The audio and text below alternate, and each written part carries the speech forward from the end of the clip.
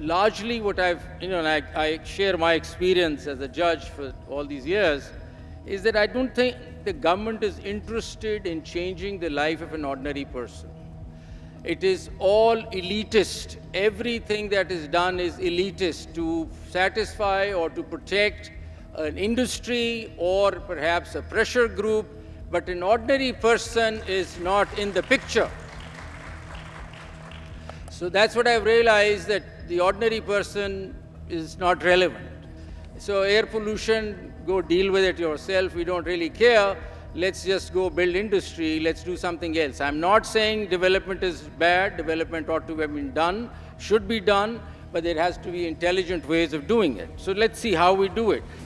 But these are cosmetic, superficial ambitions. Cleaning the environment or cleaning the air, look at it this way.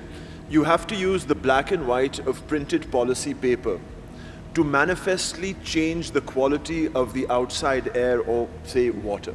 So, black and white to actual physical change. That requires an immense and very accurate amount of information and data. You can't do it without that. Smog is no longer just a seasonal, inconvenience. Because previously we do hear this that smog is something which is a seasonal inconvenience. It comes and it goes, but it is a national emergency which unfolding before our eyes.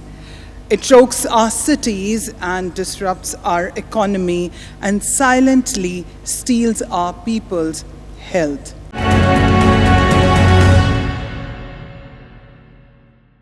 No matter where you live in Pakistan, the air you breathe is no longer clean. It's a toxic cocktail. And nowhere is that more painfully visible than in Punjab, the province that bears the heaviest burden of smog. This weekend, Lahore became the heart of a critical national conversation, the air we breathe. An air pollution-focused conference hosted by our DawnMedia team under the Breathe Pakistan initiative brought together ministers, judges, experts, and business leaders at the Expo Centre to talk about how we can reclaim the sky above us. I had the privilege of emceeing the event, and today on Front Seat to Climate Change, I'll be taking you through the key moments and voices that define the day. Opening the event, Dawn CEO Nazafin Segal Lakhani reminded the audience why this fight is not optional, it's existential. It is an honor and my profound responsibility to welcome you all to Breathe Pakistan, the air we breathe, a critical gathering focused on one of the most urgent challenges of our time, air pollution. When we launched the Breathe Pakistan initiative earlier this year, our aim was to spark a national dialogue around climate resilience and environmental responsibility. At the first Breathe Pakistan International Climate Change Conference in February 2025, representatives from the government, the private sector, academia, and civil society came together to issue a charter for a climate-resilient Pakistan by 2047. The country prepares to enter yet another smog season. This conference focuses on tangible, practical measures to reduce air pollution. From stronger policy enforcement and cleaner technologies to innovative financing and governance frameworks. Through initiatives like DawnMedia's Mycelium campaign, we are helping to weave a living network of collaboration, connecting policymakers, researchers, businesses, and citizens to ensure that these shared commitments evolve to real, actionable projects that make a measurable difference. I hope that today's discussions across policy, across law, finance, and diplomacy will inspire collective action and send a strong message that the health of our people and the future of Pakistan are not just policy points, but national priorities. Together, let us commit to cleaner skies, healthier communities, and a sustainable future for generations to come. Nazafin's message set the tone. This wasn't a one-day event, but the start of a sustained national conversation on air, climate, and accountability. Let's begin with what the government and the United Nations had to say. Pakistan's policymakers used the platform to remind the world that this crisis isn't of our making, yet it's our lungs paying the price. Federal Planning Minister Ehsan Iqbal called air pollution a battle for survival, warning that the thick haze blanketing Lahore isn't just an eyesore, it's a national red alert. Ladies and gentlemen, when we look out the window, the beautiful, bustling city of Lahore, we find suffocating. Its vibrant heart is struggling and its lungs are choked. The very air we breathe has become our enemy. It is not just an environmental issue. This is a battle for our survival, for our children's future. I stand here today not just as a minister, but as a son of this soil who feels the pain of this land with every breath we take. We must confront a brutal, inescapable truth. The air we breathe is making us sick, and it is holding our nation back. The data is screaming siren. This is not a distant threat. It is our present, painful reality. As of yesterday, our air was not just poor, it was toxic cocktail, a public health emergency. Lahore's AQI at 400 is a red alert for our nation. And if you happen to visit ITU, the day I visited there, so they have a program in which they plot pollution, and they were able to demonstrate that these pollution levels, which become more visible during winters due to the smog phenomena, actually have a very steady line through summers also. We are inhaling the same polluted air that we see, and we get panic when there is smog. But let's be clear, this is not just Lahore's problem.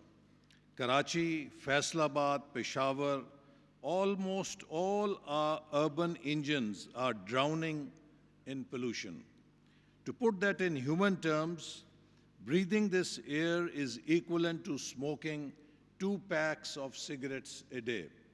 Our children, our elderly, our street vendors, our traffic wardens, they are the ones paying the price with their health and their lives. Hospitals see a surge in asthma cases, in respiratory illnesses, in premature births.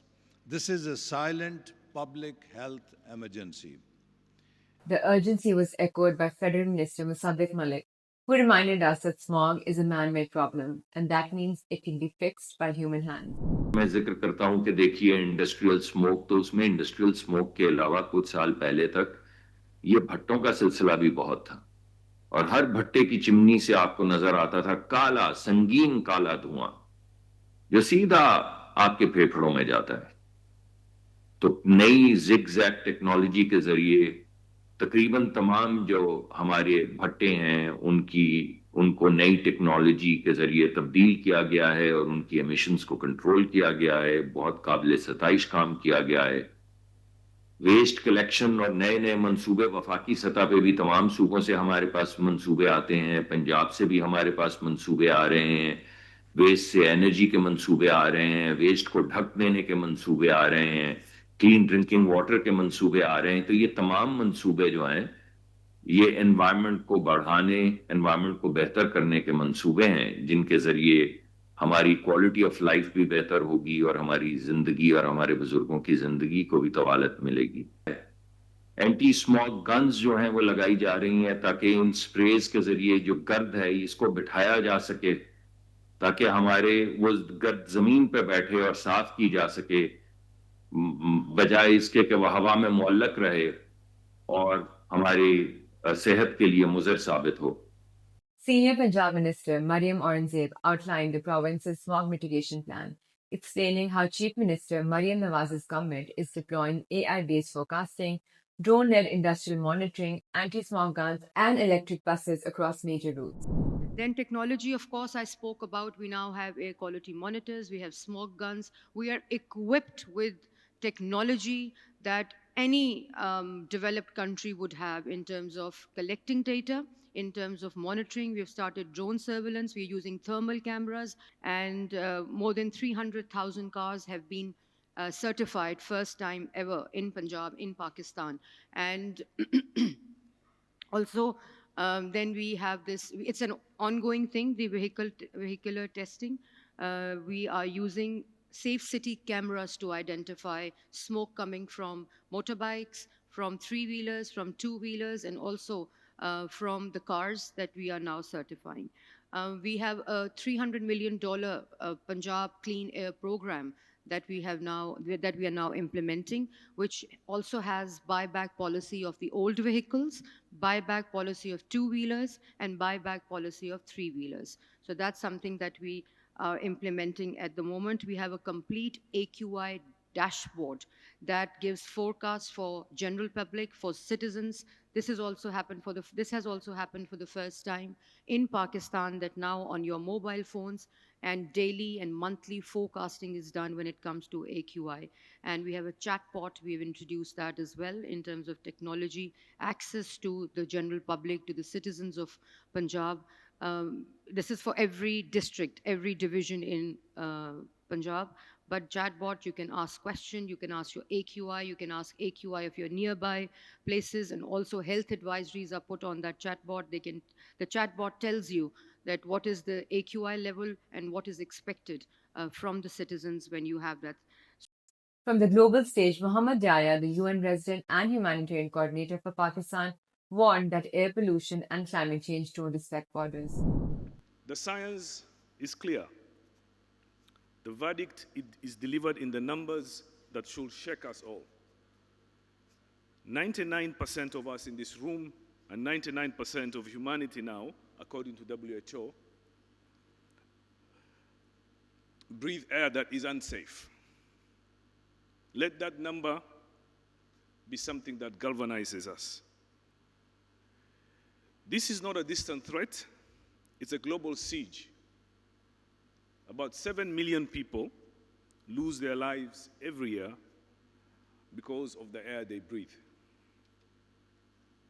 It's a single greatest environmental risk of our lives and a silent pandemic that claims the lives of young, old, and vulnerable among us. And this burden, like many others, is not shared. It's thrust upon mainly the poor, but also mainly countries that are developing, where 95% of these tragedies unfold. But the cost is just not human cost, it's also economic. The figures are about $6 trillion annually, that about 5% of the entire global GDP that is lost because of pollution. There is no better and more heartbreaking place to discuss this issue. I want to congratulate the Dawn Group than here in Lahore, where you've heard from the senior minister. Last year, a thick and a toxic cloud descended upon UNESCO's recognized wonders that are in Lahore. And about 13 million people were sentenced to breathe an ever-worsening haze. Last winter, the stain was so profound here in Lahore that it was visible from the space, a glaring testament of what needs to be done and the dangers we face. But as policymakers made their pledges, Pakistan's judiciary stepped in with an important reminder.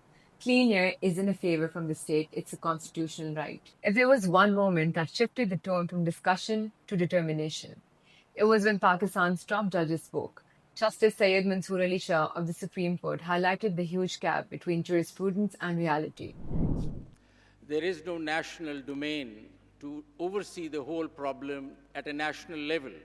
So I think there's a huge disconnect at the federal level and the provincial level, and I think this can be resolved through something called cooperative federalism, because the federal government will have to play a role in laying down policy or standards, and then execution has to come to the provinces. So there is a bit of a disconnect as far as federal government and provincial governments are concerned, and devolution of pollution is a problematic area which needs to be addressed. But that was legislative problem. Coming on to the executive issue, I think largely what I share my experience as a judge for all these years, is that I don't think the government is interested in changing the life of an ordinary person. It is all elitist. Everything that is done is elitist to satisfy or to protect an industry or perhaps a pressure group, but an ordinary person is not in the picture. So that's what I've realized, that the ordinary person is not relevant. So air pollution, go deal with it yourself. We don't really care. Let's just go build industry. Let's do something else. I'm not saying development is bad. Development ought to have been done, should be done, but there has to be intelligent ways of doing it. So let's see how we do it. Executive is the gatekeeper to projects, right? So who controls projects? That is done by Environmental Protection Agency. It says, sorry, you can't set up this project, or you can set up this project, and there's this thing called environmental impact assessment. That's the gatekeeper. You say, sorry, this is not environmentally friendly, we don't allow you this project. But EPAs of the world are what? EPA of Pakistan is a department of the government, and it's fully captured by the government. There's a judgment called Imrana Tivana which says there's a total regulatory capture. Do you think that EPA is going to tell the provincial government that this project we cancel, we don't allow this project to take off? Do you think that's possible? So what are we doing? I mean, we're fooling ourselves. We have an EPA that is a subservient department to the government. How could it oppose government's will and wishes? Number one. Second, have a look at the people running EPA. Who are those people? What kind of degrees do they hold in environment, in science? What do they hold? We have no clue. I mean, how they get transferred? Who's running EPA? Look at their capacity sometimes, and then you'll figure out why things are going wrong. Then let's look at our bureaucracy, and no disrespect to, we have friends there also. A secretary gets appointed as Secretary Environment. He's come from some other department for a couple of months. He has not got through any special training on environment. He has no understanding what the problem is. He's just there for a couple of months. He doesn't know when he gets transferred. What do you expect him to sit down and make a policy out of for you on how to resolve air pollution in Punjab? Do you think he has the energy and the time and the expertise to do that? So what are we really doing? We're fooling ourselves. There's a department called Environment Department. There's an EPA. I think they don't know anything about anything, and we've seen that happen in the court. With great respect to Manik Shah Sahab sitting here, Jawad Hassan has been praising him, and I praise him too. He's been a very good officer. But I'm saying as an institution, I'm talking about a generic thing. Our institutions, our regulators have failed, and they don't have the capacity to do anything. That's the second thing. The third thing, civil society sitting right in front of me. It's dead. Where are the public interest litigation? You're going to sit at home and crib about air pollution? You're going to sit at home and talk about climate change? When have you come out to file petitions? When have you gone out protesting? Civil societies that are dead, this happens to them. See? So live with the air pollution that you have, because you haven't done much to my mind. You should be more active. You should have come to courts, pursued cases, fight for your right. If you don't want to fight for your right, nobody's going to bother about you. So you're actually sitting at home doing nothing. So civil society is weak, regulatory functions are weak, government is not interested in people, and now coming to the judiciary. Now judiciary, as far as environment is concerned, is a niche litigation. You know, you have some judges running this show. 3 of us sitting here, maybe 1 or 2 others. The whole corpus of judiciary doesn't know what we're talking about, frankly, because a lot of judges don't know much about the environment or the climate change, and whenever any issue arises, say, Mansoor se baat kar lena, climate ka sawal aa gaya hai, go talk to Justice Aisha, it's about climate. What is this? I mean, do you think the most serious existential threat Pakistan is facing, there can't be a more serious threat to Pakistan than climate change right now, or air pollution, and we're not bothered, and we are looking at this as a very fancy concept. So I think within the judiciary, we need to enlarge the scope. Most of our judges need to understand this, building capacity. We need to understand that this is a serious fundamental right issue, nothing to do with the environment in that sense, but a fundamental right issue which we must address. So that's the judicial function. Executive function is the major function which is lacking to my mind. There is, as I said earlier, a serious governance issue. He wasn't alone. Justice Aisha Malik called air pollution a public health emergency. reminding everyone that science and not slogans will solve this. Well, when we were looking at cases in the Supreme Court, when it's related to floods, whether it's related to surface mining, whether it's related to deforestation, the issues are the same. It's about the way the regulator is handling the matter. So I would say in a very sort of relaxed way. You know, there's no urgency over there. You don't feel that urgency. You don't feel that level of commitment where they realize that the air people are breathing is toxic, and it's actually a health hazard. So there is a problem there, and you try to work with them to help them develop guidelines. I can give two very interesting examples of when I was a judge in the High Court. Residents of an area came to say that right next to us there's a garbage dumping disposal site. It's right next to where we live, and every day we have to breathe that air. There are mosquitoes there, there are dogs there. It's a problem, and then you can imagine as the garbage pile becomes bigger and bigger. So the response of the government was that yes, we recognize this fact that there is a dumping site, but we're waiting for our project to sort of develop, to mature, for our funding to come in, and then we will work on it, which is a 5-year plan. So for 5 years, in their books, there was no short-term arrangement for the 5 years in which they were hoping the project will mature. So again, the question is that have you not thought about short-term arrangements? Have you not thought about what to do during the time that you're building the capacity of the garbage disposal site? And the answer was that no, we don't have a policy. So the court then nudged them in that direction. They go back and come up with a policy that will deal with the issue during the time that the ultimate project is completed. In the same way for drinking water, in the same way in a case which involved culling of dogs. And the problem there was that the carcass was just left on the street. So again, you get the societies coming, public coming to say that it smells, it stinks, the air we breathe is very difficult. It's thick with that odor and that contamination. And again, the question was, what do the municipalities do? You want to kill the dog, which in itself is wrong as well, but you don't have an arrangement to deal with the carcass, you don't know what to do with it, then why are you killing the dog? And Justice Jawad Hassan of the Lahore High Court reiterated that every citizen has the constitutional right to a clean environment. A 3-year-old girl came to my court last year on 8th of November that my schools are shut.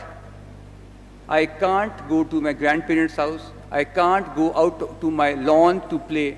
I'm in my house, in my room, with my laptop. Do I have a right, my intergenerational right?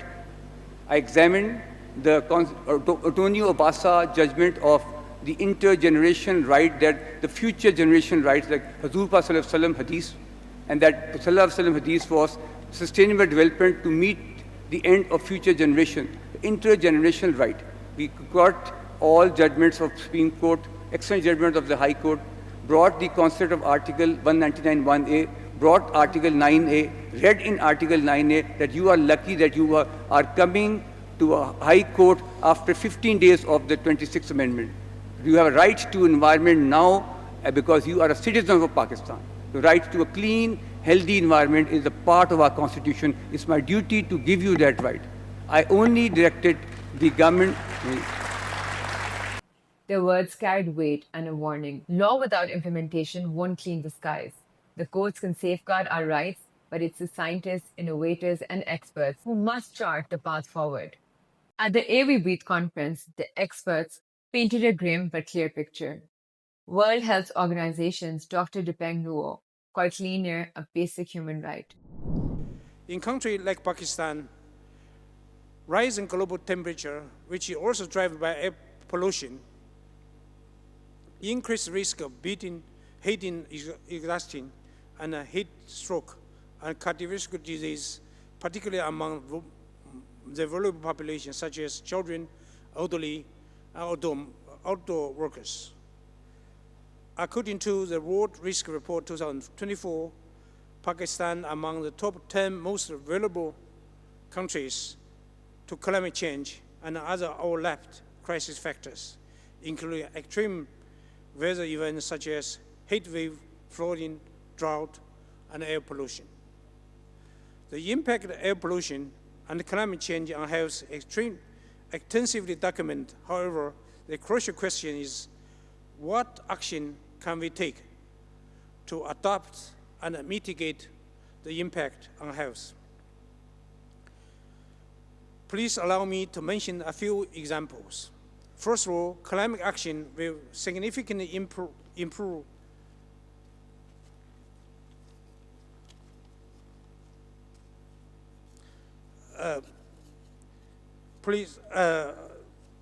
significantly improve public health and reduce emission and enhance sanitation and promote sustainable energy resources and save and improve life and millions. Improve climate resilience and policies such as urban tree covers, cool roofing, and early warning can reduce pollution that cut heat-related deaths by 50%. Ladies and gentlemen, health is the most precious treasures. Without health, we cannot achieve real development and prosperity. Protect our health and health for our children for global threat, air pollution, is in our hand. We can take action, reverse the situation. If we act without wait to the next crisis, we can protect a safe life. We should not deny ourselves the basic human rights or breathing clean air. We don't do it for us. I'm sure if we don't do it for us, I'm sure everyone in this room ready to do for our children and grandchildren. UNICEF's Pernell Arnside said it's a preventable killer. We've been hearing that air pollution is a direct preventable killer. And what I'm here to say is that children are uniquely vulnerable to air pollution. In fact, air pollution has become now the #2 killer worldwide of children under the age of 5. And Pakistan is one of the most highly polluted countries. That means the children living in Pakistan, including mine, including yours, are all vulnerable to air pollution. Have you ever held in your arms a little baby and noticed how fast they are breathing, how quickly their heartbeat is beating? That gives you a sense as to if their tiny little bodies and lungs are being filled with toxic air, what effect that might be having on their bodies. We've just heard from Dr. Saima about these effects on respiration, but even before birth, it increases the likelihood of stillbirth. It increases the likelihood of premature births, let alone the impact of respiratory diseases, asthma, pneumonia, bronchitis, and much more chronic things also, as we've just heard. This is now the reality for millions of children living across Pakistan. 4 years ago, there were 68,000 children in Pakistan who died, recorded, of air pollution. That's 8 children every hour dying of air pollution. Think about that in daily terms. Don't be numb to those statistics. These are real lives and real families who are being affected permanently. And that's not to mention all of the thousands of children who are affected by illness and who don't succumb to them. Yeah? These are staggering numbers. 10% of the total number of child deaths under 5 due to air pollution are in this country. These numbers are 4 years old, and they're not going down at the moment. They will not go down until there is decisive action that's taken. And there are solutions We've been hearing about them. It requires investment, decision-making, and concerted action. On the regional front, Sri Lankan MP Harshana Rajakaruna called for a South Asian task force on cross-border pollution alerts, reminding participants that smog and soot don't stop at checkpoints. Finally, allow me to offer a concrete offer from Sri Lanka. We propose the establishment of a small regional task force, officials, scientists, and civil society representatives to draft a short, action-oriented memorandum of understanding within the next year or so that sets out shared monitoring protocols, emergency notification procedures, and a plan for a joint capacity building. This task force would report back to the bureaucracy ministers and invite multilateral partners to support implementation. Ladies and gentlemen, pollution that begins across borders can end lives here at home. The air we breathe and the seas that sustain our livelihoods are common goods. Protecting them demands compassion, solidarity, and a practical cooperation. Let us seize this moment not for rhetoric, but for real, measurable action for the health of our children, for the resilience of our economies, for the dignity of our coastal communities. Sri Lanka stands with Pakistan and with all other nations of the Indian Ocean and the South Asia in this work. Let us go forward. There were also private sector voices, adding a new dimension of accountability and opportunity. Business leaders like Dr. Zilaf Munir, Zafar Masood, and Ali Zaidi called for cleaner fuels, electric mobility, and smarter financing to make solutions scalable. So what needs to be done? What needs to be done is expand the monitoring networks, connect public and private air quality systems nationwide, engage the informal sector, offer support and encourage compliance gradually,